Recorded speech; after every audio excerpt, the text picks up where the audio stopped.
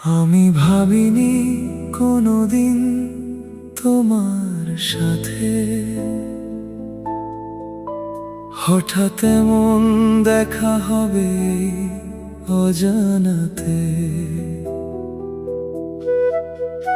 আমি ভাবিনি কোনোদিন আমার এই জীবনে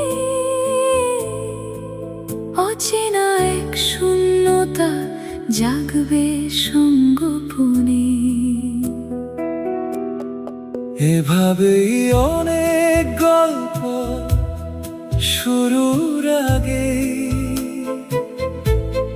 নীরবে ফুরিয়ে যায় অকারণে অনুরাগে।